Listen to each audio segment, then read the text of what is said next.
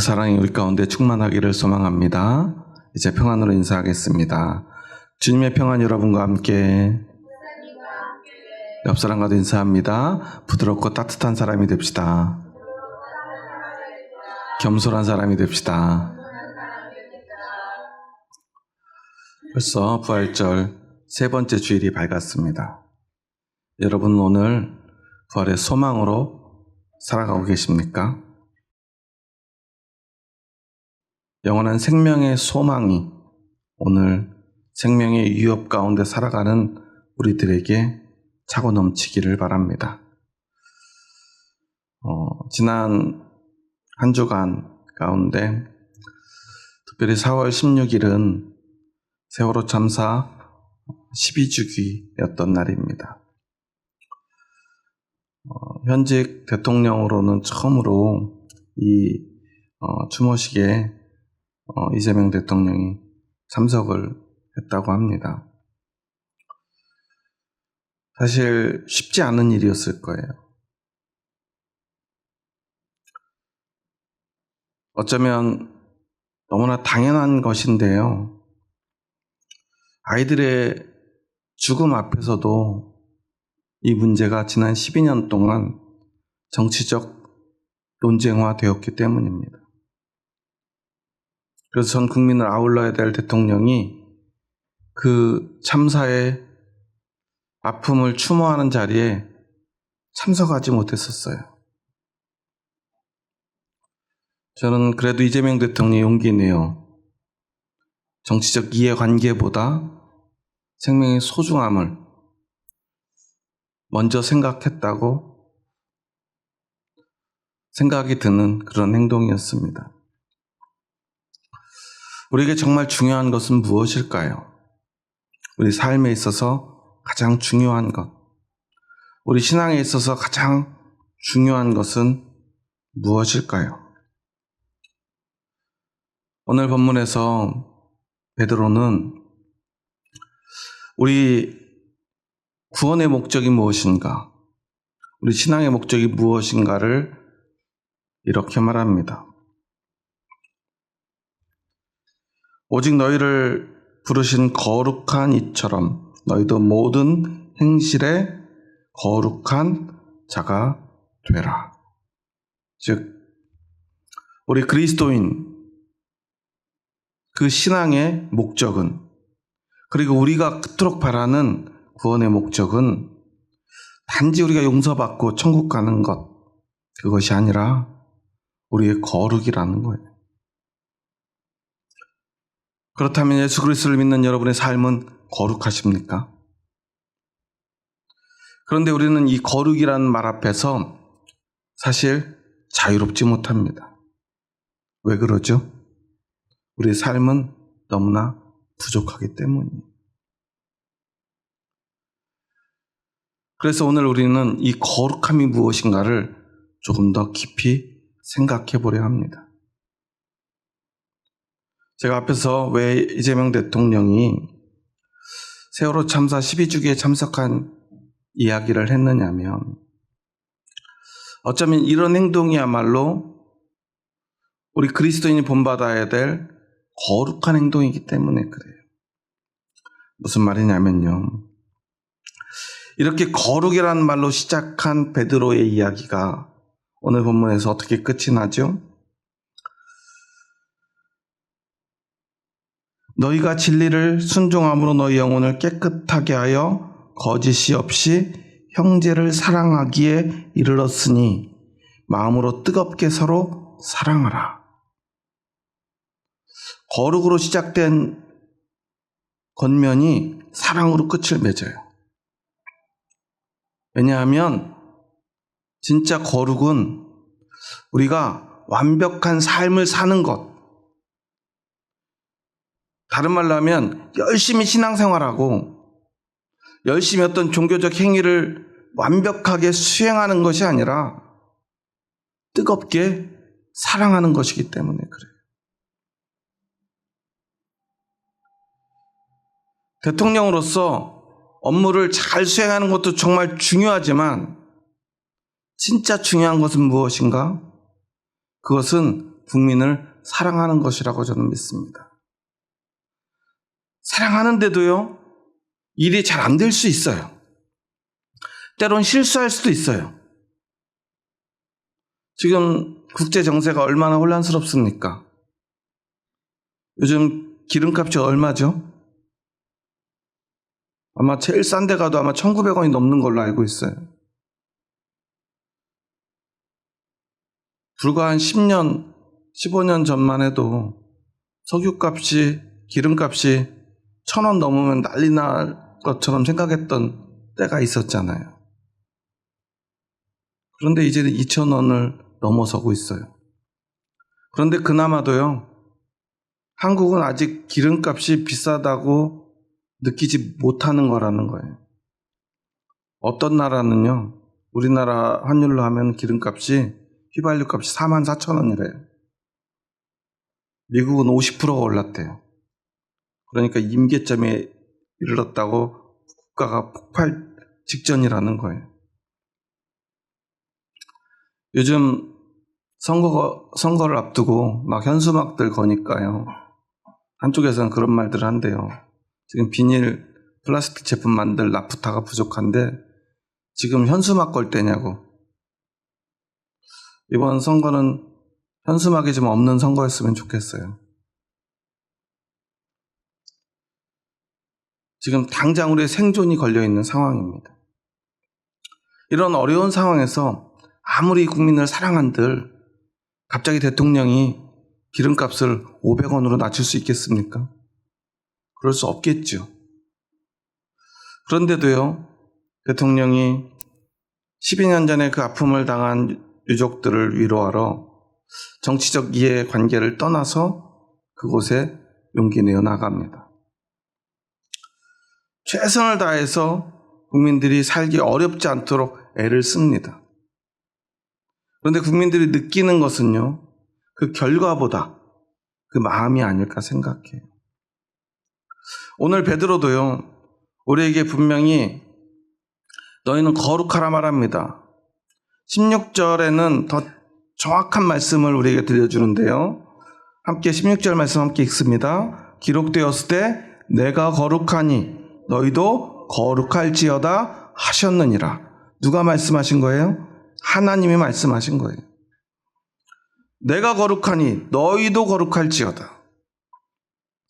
그리고 우리의 구원이 정확하게 무엇인가를 17절에서 우리에게 가르쳐 줍니다. 함께 읽습니다. 외모로 보시지 않고 각 사람의 행위대로 심판하시는 이를 너희가 아버지라 부른즉 너희가 나그네로 있을 때를 두려움으로 지내라. 우리는 언제 구원이 완성됩니까?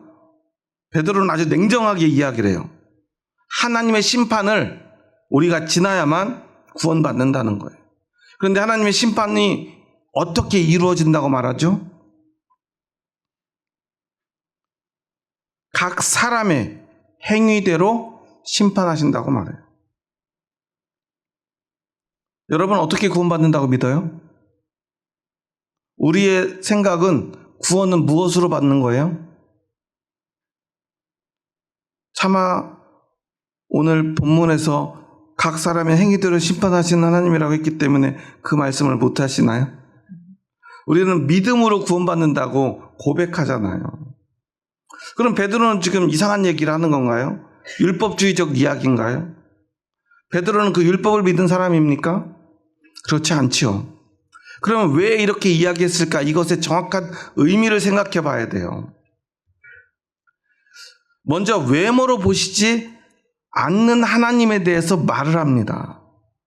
외모로 보시지 않는다 할 때 이 언어를 보면요, 아프로소 폴렘프토스, 너무 길어서 어려운데요, 이 말의 핵심적인 의미는 뭐냐면 사람을 차별하지 않는 하나님, 사람을 외모로 판단하지 않고 외모로 차별하지 않는 하나님이라는 뜻이에요. 하나님이 이 말 그대로 외모로 차별하면 뭐 연예인들, 예쁘고 잘생긴 사람들만 구원받아야 되나요? 그런 말은 아니죠.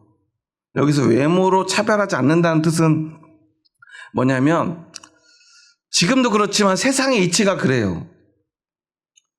여러분, 우리가 어떤 잘못을 저질렀을 때와 어떤 대기업 총수가 잘못을 저질렀을 때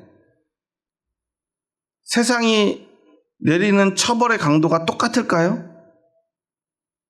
여러분이 회사에서 한 100억 정도 횡령했다고 생각해 보세요. 어떻게 될까요? 아마 여러분 생은 감옥에서 끝마치셔야 될 거예요. 그런데 이재용 회장 같은 사람이 그런 잘못을 저질러요. 물론 똑같이 처벌을 받겠죠. 근데 얼마 안 돼서 보통 다시 특별 사면으로 나오잖아요. 왜 그래요? 세상은 사람들을 외모로 판단하기 때문에 그래요. 여기서 외모라고 하는 건 그가 가진 어떤 권세나 지위나 업적 같은 것들 말해요.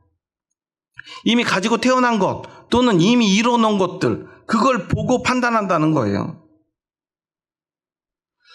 제가 예전에 참 이상했던 게 어떤 그 제주도의 검사가, 좀 높은 지위에 있는 검사인 것 같아요. 성추행 혐의로 이렇게 뉴스에 나와요. 그러면 어떻게 돼야죠? 우리가 그러면 감옥에 가야 되잖아요. 그런데 그 사람은 검사라서 그런지 기소도 되지 않고요. 그냥 자기 직장을요, 그만두겠대요. 반성하겠대요. 얼마나 좋은 세상입니까? 우리도 그런 큰 죄를 저질러 놓고 인터뷰하는 거예요. 제가 이제부터 반성하며 열심히 살겠습니다. 그러면 되나요? 우리는 아무리 그렇게 해봤자 통하지 않아요. 왜냐하면 우리는 외모가 부족하기 때문이에요. 이게 성경이 말하는 외모예요. 그런데 하나님은 우리를 외모로 보지 않는데요. 우리가 어떤 지위에 있든 어떤 업적을 이루지 못했든 누가 대단한 삶을 살았든 상관없다는 거예요. 오직 하나님 무엇으로 심판하십니까? 각 사람의 행위대로. 여기서 이 행위라는 말이 중요해요. 에르곤이라는 말을 쓰는데요. 보통 행위는 복수용으로 사용을 해요. 왜냐하면 어떤 하나의 행위는 없잖아요. 여러분 사는데 딱 한 가지 행위만 하고 살 수 있습니까? 그런데 특별하게 여기서는 각 사람의 행위, 하나의 행위라는 단수형을 사용해요. 이유가 있어요. 베드로가 말하는 하나님이 보시는 각 사람의 어떤 단 하나의 행위, 그것은 뭐냐면 사람은 근본적으로 두 종류의 사람밖에 없다는 거예요. 믿음으로 사는 사람, 자신의 이기심으로 사는 사람. 다시 말하면 오직 하나님 중심으로 하나님을 향한 사랑만 가지고 살아가는 사람, 또는 세상에 살아남기 위해서 그냥 이 땅에서 오직 나만 생각하며 나만 사랑하며 이기적으로 살아가는 사람. 그것을 조금 더 우리가 풀어서 얘기해 보면 자기의 죄로 사는 사람, 의롭게 사는 사람인데요. 그 의는 어디에 있느냐? 18절에서부터 쭉 21절까지 이야기하는 내용이 바로 그 의가 무엇인가를 얘기를 해요. 18절에 보면 너희가 알거니와 너희 조상이 물려준 헛된 행실에서 대속함을 받은 것은 은이나 금같이 없어질 것으로 된 것이 아니요. 즉 세상에서 딱 드러나는 어떤 것들, 너희가 열심히 노력해서 돈 벌어서 부자 된 것, 아니면 너희가 잘 살아서 높은 지위에 오르는 것처럼 너희가 열심히 율법을 지키는 것 같은 어떤 종교적 행위 같은 율법주의를 가지고 이야기하는 것이 아니다. 그것은 그냥 언젠가 썩어 없어질 것들이다. 우리가 의지하는 것, 그 행위는 뭐냐면 19절에 보면 오직 흠없고 점없는 어린 양 같은 그리스도의 보배로운 피로 된 것이니라. 너희가 아니라, 너희의 행위가 아니라, 너희가 이룬 업적이 아니라 오직 예수 그리스도의 피로 너희가 의롭게 된 거예요. 그리고 너희는 그 피를 믿는 믿음으로 사는 거예요. 하나님은 오직 하나의 행위, 즉 너희의 믿음만 보고 심판하시는 분이야 라고 말하고 있는 거예요. 이처럼 사람의 행위는요, 오직 믿음이거나 아니면 이기심 뿐인데, 그 중에 너는 어떤 행위를 가지고 있느냐고 베드로는 말하고 있는 거예요. 그렇기 때문에 오늘 이 말씀을 들을 때 우리는 잘 분별해야 돼요. 이 말씀을 근거로 어떤 사람들은요, 결국 우리는 우리의 노력으로, 우리의 행위로 구원받는다고 말하는 사람들이 있어요. 예수 그리스도가 십자가에 달려 죽으셔서 이제는 구원의 길이 열렸는데, 그러니까 이제는 우리는 그것을 믿고 열심히 노력하면 돼 라고 말하는 사람들이. 그런데 교회는 그런 사람들을 이단이라고 말해요. 우리의 행위가 구원이 된다고 말하는 사람들을요. 왜냐하면 오늘 베드로가 말하는 각 사람의 행위대로 구원받는다, 심판하신다는 말씀은 우리가 노력하는 행위를 말하는 게 아니기 때문이에요. 믿음은요, 오직 하나의 마음, 즉 하나님을 사랑하는 마음으로 살아가는 그 믿음, 그 믿음으로만 구원받고 그 믿음으로 우리는 심판받는다는 의미예요. 그래서 다시 한번 우리는 이 믿음이 무엇인가를 생각해 볼 필요가 있어요. 저는 진짜 믿음이 무엇인가를 가장 극명하게 보여주는 장면이 성경의 한 곳에 나온다고 생각을 해요. 뭐냐면 요한복음 21장 15절 17절에 어떤 장면이 나오냐면, 예수님이 부활하신 후에 베드로를 만나서 그에게 묻습니다. 뭐라고 물어요? 여러분 너무 잘 알고 있죠? 요한의 아들 시몬아, 내가 이 사람들보다 나를 더 사랑하느냐? 이 질문을 받는 베드로는 지금 어떤 상태죠? 예수님이 잡히시던 밤에 예수님을 따라갑니다. 그 대제사장의 뜰은 예수님의 제자 요한이 늘 매일같이 자신의 아버지와 함께 드나들던 곳이에요. 왜냐하면 요한의 아버지는 그 지역의 유력한 사람이었거든요. 한마디로 부자였어요. 그러니까 돈 많은 요한의 아버지는 권세가 있는 대제사장들과 깊은 친분을 가지고 있었어요. 그래서 그날 베드로가 귀를 자른 사람이 그 대제사장의 집에서 일하는 말고라는 사실도 요한은 알고 있었어요.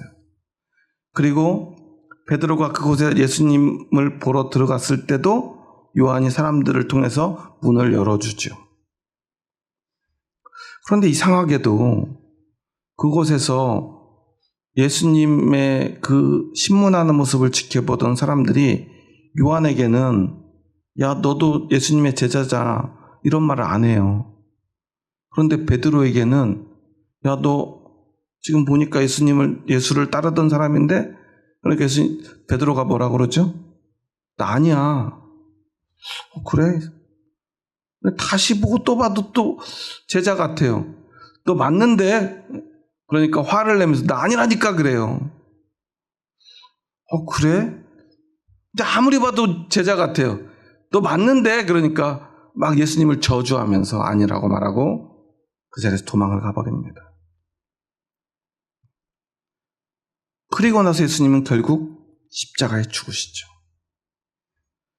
여러분, 결국 고문받다 십자가에 달린 예수님을 바라보는 베드로의 심정은 어땠을까요? 저는 이 베드로의 모습이 예수님을 은 30에 판 가룟 유다와 별반 다를 바 없다고 생각해요. 실제 돈을 받고 팔지 않았을 뿐이지, 예수님이 가장 연약할 때, 가장 도움이 필요할 때 자기가 예수님을 따랐던 사람인 것을 부정하고요, 심지어 예수님을 저주하기까지 했어요. 그런데 부활하시고 예수님이 베드로에게 찾아왔습니다. 예수님이 바닷가에서 물고기 잡던 제자들을 불러요. 그런데 처음에 제자들이 예수님을 못 알아봐요. 그런데 사랑하는 제자가 예수님이다 그러니까요. 다들 배를 예수님 있는 곳으로 막 저어서 가는데 베드로는 어떻게 하죠? 옷을 벗고 물속에 뛰어들어 수영으로 와요. 사람들은 이런 생각을 해요. 베드로가 예수님을 얼마나 만나고 싶었으면 저렇게 뛰어들었을까? 여러분, 배가 빠를까요? 수영이 빠를까요? 뭐가 빨라요? 배가 빠르죠. 제가 베드로를 아직 못 만나봐가지고 베드로가 왜 뛰어들었는지는 사실 미스테리인데요. 어쩌면 제가 베드로라고 생각을 해보니까 창피해서 물로 뛰어든 게 아닌가 하는 생각도 들어요. 자기가 물속으로 뛰어들면 배보다 분명히 늦게 갈 걸 평생 물고기 잡은 베드로가 몰랐을까요? 알았겠죠. 근데도 물속에 뛰어들어 수영을 해서 와요. 어쩌면 이렇게라도 뭔가 좀 예수님 앞에 그 미안한 마음을 좀 씻고 싶은 마음이 아니었을까 하는 생각이 들어요. 자기 죄인이니까요. 그런데 예수님이 물어요. 요한의 아들 시몬아, 내가 이 사람들보다 나를 더 사랑하느냐? 그때 베드로는 뭐라고 말하죠? 내가 주를 사랑하는 줄 주께서 아시나이다. 3번번하죠. 그런데 이 대화야말로 진짜 믿음이 무엇인가를 우리에게 가르쳐주는 대화예요. 왜냐하면 예수님이 이렇게 묻고 있는 거예요. 예수님은 베드로가 자신을 부인할 것을 미리 말씀하셨죠. 네가 닭이 울기 전에 나를 3번이나 부인할 거야. 베드로가 뭐라고 그래요? 나는 절대로 부인하지 않을 것입니다. 아니, 넌 부인할걸? 예수님은 신만 받으면서도 베드로가 부인하는 소리를 다 듣고 계셨는지도 몰라요. 근데도 묻습니다. 네가 나를 사랑하니? 너 나를 따르던 제자가 아니라고 부인할 때. 근데 베드로야, 하필 그 사람은 요한에게는 묻지도 않으면서 너한테는 그 제자 아니야? 이렇게 물었지. 아마도 그랬을 것 같아요. 요한은 부자예요. 부잣집 도련님이에요. 베드로는 어부입니다. 가난한 사람이에요. 그러니까 어쩌면 그 베드로에게 물은 사람도 요한에게는 그런 말 못했을 거예요. 부잣집 높은 사람의 아들이니까. 그런데 베드로는 만만하니까 물었던 건 아닐까 생각이 들어요. 너도 어쩔 수 없었겠지. 나도 네 마음 다 알아. 나 예수님의 제자 아닙니다. 말할 때. 근데 베드로야, 근데 그때도 너 나 사랑했잖아. 큰 소리 치면서 나 예수님의 제자 아니라니까 할 때도 너 나 사랑했잖아. 심지어 네가 나를 저주하면서 나를 부인할 그때도 나 사랑했잖아, 베드로야. 나는 네 마음을 알아. 그러니까 네 잘못한 거 말고 네가 그때도 나를 사랑했던 그 마음을 나한테 고백하면 돼. 베드로야, 그거면 충분해. 사랑해도 잘못할 수 있어. 사랑해도 실수할 수 있어. 사랑해도 죄를 지을 수 있어. 그런데 나는 네가 나를 사랑하는 줄 알아. 나는 그거면 충분해. 베드로가 사랑한다는 그 고백을 하니까 예수님은 마지막에 뭐라고 말하죠? 내 양을 먹이라고 그래요. 주님의 일을 맡기고 주님이 떠나시는 거예요. 오늘 주님은 우리에게도 묻습니다. 네가 나를 사랑하느냐? 너 나한테 잘못할 때 많았지. 실수할 때도 있었지. 그런데 너 나 사랑하잖아. 나는 네가 잘하는 거, 잘못하는 거 중요하지 않아. 그런데 네가 나를 사랑하는지는 너무나 중요해. 아니, 내가 생각하는 건, 내가 원하는 건 그거밖에 없어. 예수님은 우리에게 그것을 묻고 있는 거예요. 그것이 무엇입니까? 바로 믿음입니다. 저는 목회를 20년 넘게 하면서 이 교회 공동체를 보면 참 이상한 게 있어요. 왜 이렇게 교회에서조차 그렇게 그 사람의 지위와 업적에 매달리는가? 누가 잘했는가? 누가 더 많이 했는가? 이런 거 가지고 계속 경쟁이에요. 왜 그럴까요? 이번에 그 12주기 추모식에 현직 대통령이 참석하는 바람에 뜬금없이 피해를 보는 정당이 있더라고요. 그래도 몇 번 참석했던 것 같은데 이번에 하필 현직 대통령이 참석하는 날 참석 안 한 정당이 하나 있어요. 좀 큰 야당인데. 그러니까 이제 비난의 화살이 쏟아지니까 뭐라고 변명을 하냐면, 아니 이번에 우리한테 연락을 안 했대요. 그래서 갈 수가 없었대요. 이게 무슨 말이죠? 4월 16일에 세월호 참사가 있었던 것을 몰랐을까요? 물론 억울할 수 있어요. 서로 막 사실관계를 확인하면서 진실 공방이 되더라고요. 그 유족 측 그 행사를 주최하는 주최 측에서는 우리는 분명히 모든 국회의원들에게 다 참석해달라고 공문을 보냈다. 각 정당에다도 보냈다. 그런데 그 정당은 못 받았대요. 억울하대요. 그래서 못 갔대요. 그래서 자기들끼리 모여서 추모했대요. 그랬을 거라고 생각이 들어요. 그런데 사실 사람들이 생각하는 건 가고 안 가고의 문제가 아니잖아요. 그들이 왜 안 갔을지 누구나 다 알 수 있잖아요. 왜 안 갔을지. 그들의 속마음이 보일 수밖에 없어요.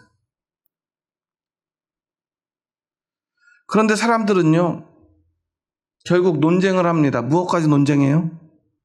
어떻게 안 가게 되었나? 그리고 하필 왜 이번에 대통령이 갔는가? 누가 잘했나 못했나 가지고 싸워요. 교회도 마찬가지입니다.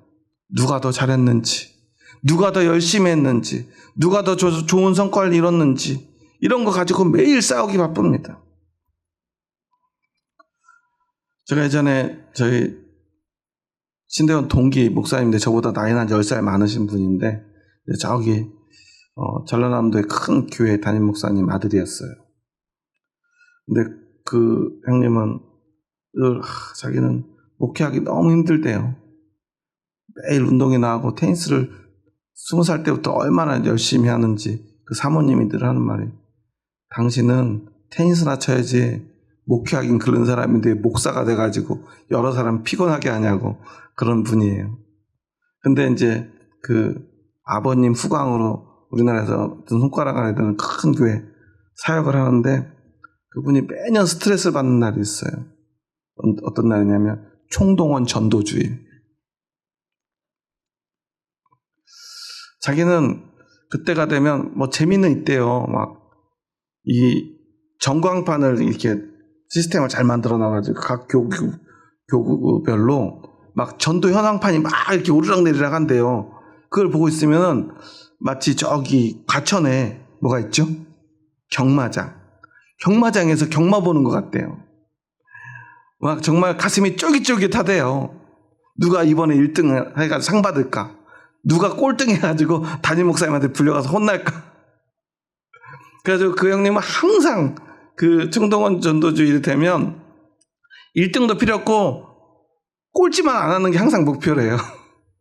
그래가지고 교구장님들한테 구역장님들한테 늘 부탁한대요. 제발 꼴찌만 하지 말아달라고. 나 1등 하고 싶은 마음은 없는데 나 불려가서 혼나기는 싫다고. 참 물론 복음을 전하고 전도한다는 것, 총동원 전도한다는 것 참 좋은 일이죠. 근데 우리 학교 다니면서 그 등수 가지고 얼마나 스트레스 받았습니까? 그런데 교회에서조차 등수를 매겨요. 1등, 꼴등, 1, 2, 3, 4, 5, 6, 7, 8, 9, 10등 등수를 매겨가지고 사람들을 판단합니다. 과연 그게 하나님이 원하시는 것일까요? 물론 열심히 전도해야 되겠죠. 전도 더 재밌게 하고 열심히 해보자고 하는 좋은 프로그램이겠죠. 그런데 마치 그것이 기준인 것처럼 되어버려서는 안 된다는 사실이에요. 물론 그것이 교회를 부흥시킬 것입니다. 그리고 이것이 복음을 땅끝까지 전하는 어떤 도구가 될지도 모르겠어요. 그런데 그렇게 전달된 복음이 과연 진짜 복음일까? 우리는 생각해 보아야 돼요.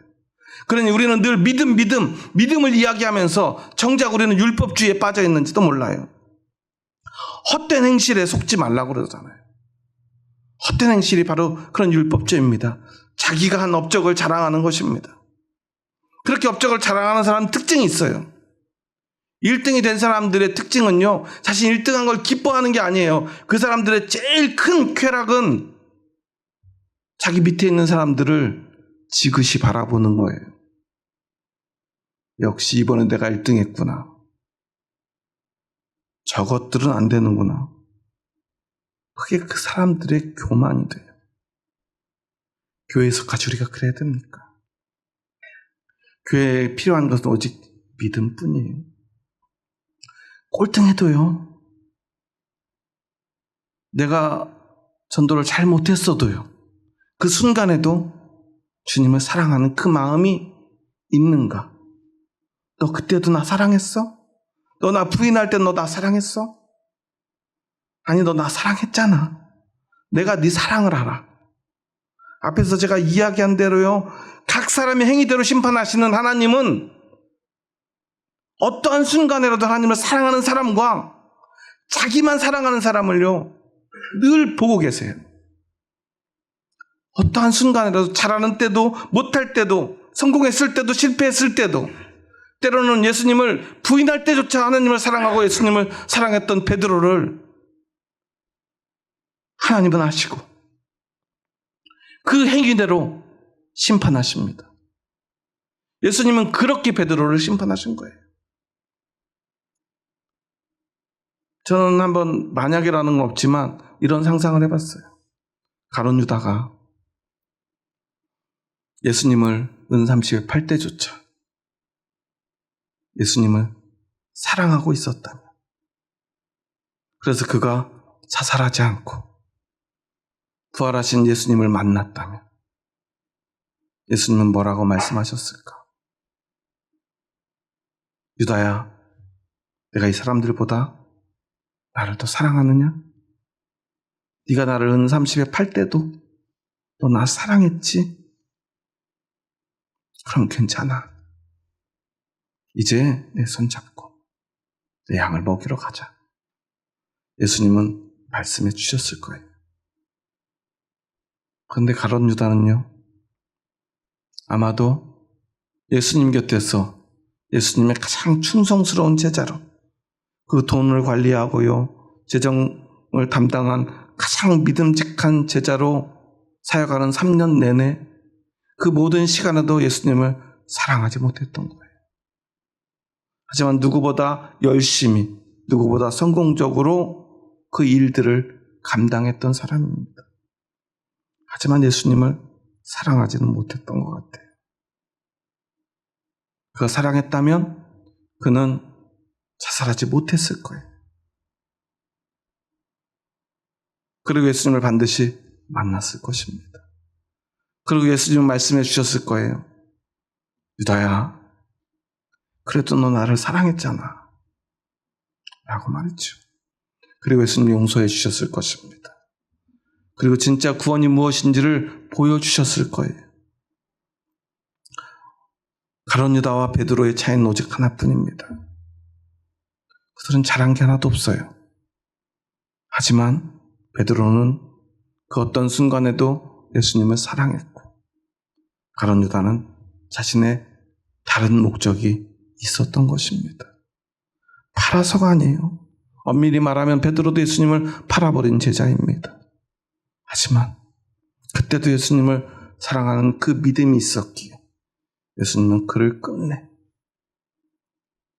제자로 부르시고 제자로 쓰시고, 그리고 베드로는 마지막까지 예수님만을 따르다 십자가에 달려 죽게 됩니다.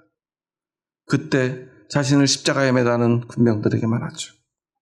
나를 십자가에 거꾸로 매달아 달라고 말했죠. 그게 사실인지 아닌지 우리가 확인할 방법은 없지만 그 믿음이, 예수님을 향한 사랑이 얼마나 간절하면 그러한 이야기가 오늘까지 전해질까 우리는 생각할 수밖에 없지 않습니까? 베드로는 사실 죽지 않을 수 있는 기회가 여러 번 있었다고 해요. 그런데도 그는 예수님을 사랑하는 그 마음 때문에 그 죽음의 길을 선택합니다. 그가 죽어서 구원받은 게 아니에요. 그 사랑 때문에 죽을 수도 있었던 것입니다. 죽지 않는다고, 순교하지 않는다고 믿음이 아닌 것 아닙니다. 잘 못한다고 믿음이 아닌 게 아니에요. 뭐 잘한다고 믿음이 되는 것도 아닙니다. 오늘 마지막에 베드로가 너희가 진리를 순종함으로 너희 영혼을 깨끗하게 하여, 즉 하나님의 말씀을 듣고 너희 영혼이 씻음을 받고 거짓 없이 형제를 사랑하기에 이르렀다라고 말합니다. 왜냐하면 오직 믿음은 사랑이기 때문입니다. 우리가 해야 될 오직 단 하나의 사랑, 하나님이 보시는 각 사람의 행위는 오직 이 사랑뿐이기 때문입니다.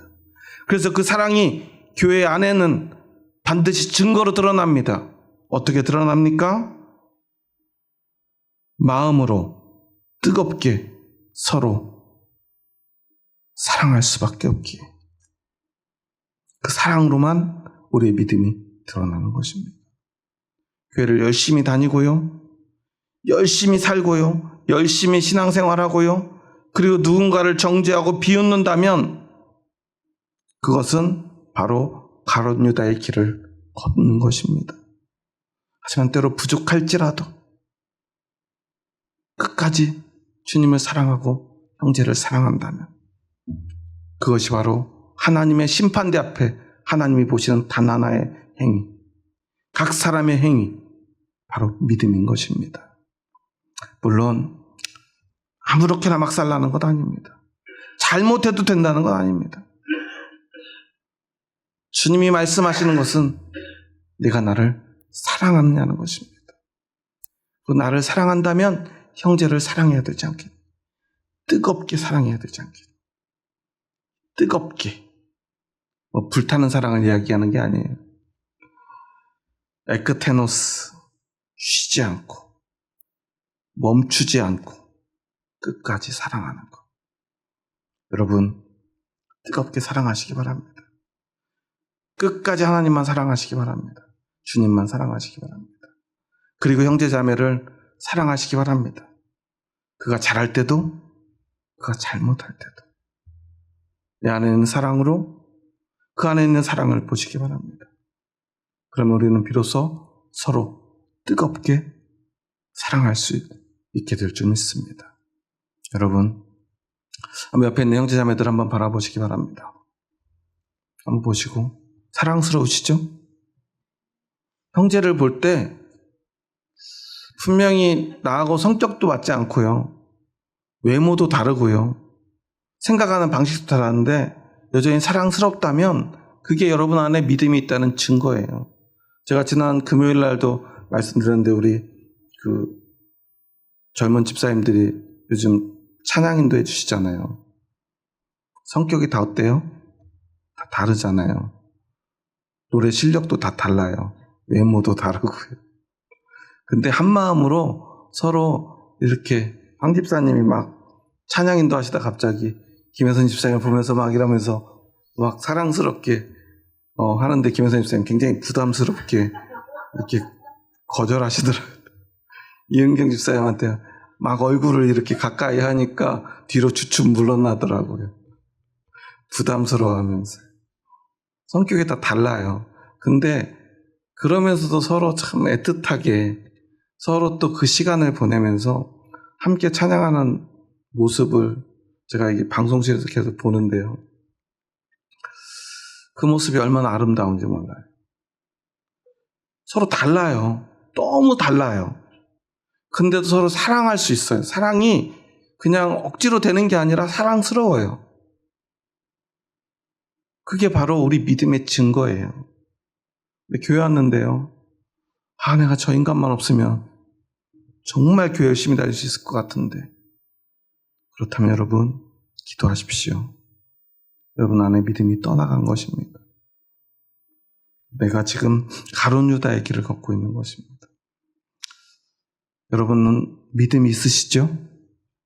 여러분 예수님을 믿으시죠? 그 믿음을 가져가면 옆 사람을 한번 바라볼까요? 사랑스러우십니까? 한번 그 마음 가지고 우리 마지막으로 함께 이렇게 인사해 볼까요? 옆 사람 보면서 한번 이렇게 고백해 보겠습니다. 어쩜 이렇게 사랑스러우세요? 네, 가식적으로 하지 마시고 진심을 담아서 어쩜 이렇게 사랑스러우세요? 한번 이렇게 고백해 볼까요? 주님을 뜨겁게 사랑합시다. 우리도 서로 뜨겁게 사랑합시다. 네, 또 되게 가식적으로 느껴지는 다시 한번. 제가 집사님을 정말 뜨겁게 사랑합니다. 이렇게 한번 고백해 볼까요? 제가 집사님을 정말 뜨겁게 사랑합니다. 네. 그냥 사랑스러워야 사랑할 수 있죠. 억지로 되지 않습니다. 근데 저는 여러분의 표정을 보니까 참 사랑스럽게 느껴집니다.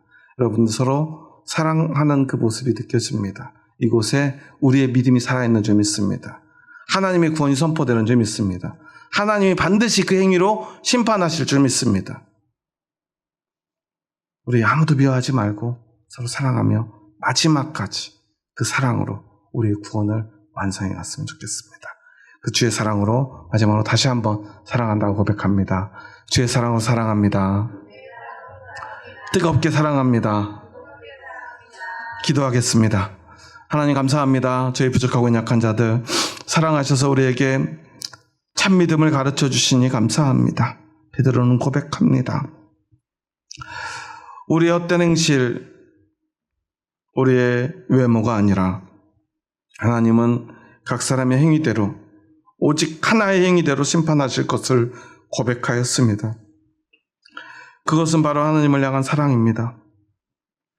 그가 예수님을 통해서 베드로야, 요한의 아들 시몬아, 내가 이 사람들보다 나를 더 사랑하느냐 물어봐 주신 그 예수님의 그 사랑을 통해 하나님이 진짜 원하시는 믿음, 그것이 무엇인지를 깨닫고 그가 또한 오늘 우리에게 하나님의 심판 앞에 살아날 길, 구원받을 길 오직 그것뿐임을 고백하고 있음을 기억합니다. 그에게 만약 예수님이 그것을 물어보지 않았다면 베드로는 영원히 죄인으로서 죄 가운데 괴로워하다 죽을 수밖에 없었는데 고통스럽던 그에게 찾아오셔서 예수님이 내가 나를 사랑하느냐? 베드로야, 내가 나를 부인할 때도 나를 사랑했지, 나를 저주할 때도 나를 사랑했지 말씀해 주심으로 오직 그 사랑이면 충분하다는 사실 깨닫고 오직 그 사랑으로 예수님만을 위해 살다가 예수님을 사랑하는 그 마음 가지고 죽어갔던 그 믿음, 오늘 우리에게도 그 믿음이 있음을 고백합니다. 우리는 여전히 부족합니다. 실수합니다. 넘어집니다. 하지만 주님을 사랑합니다. 오직 그 믿음으로 살아가는 저희들 되게 하여 주시옵소서. 예수님의 이름으로 기도합니다. 아멘.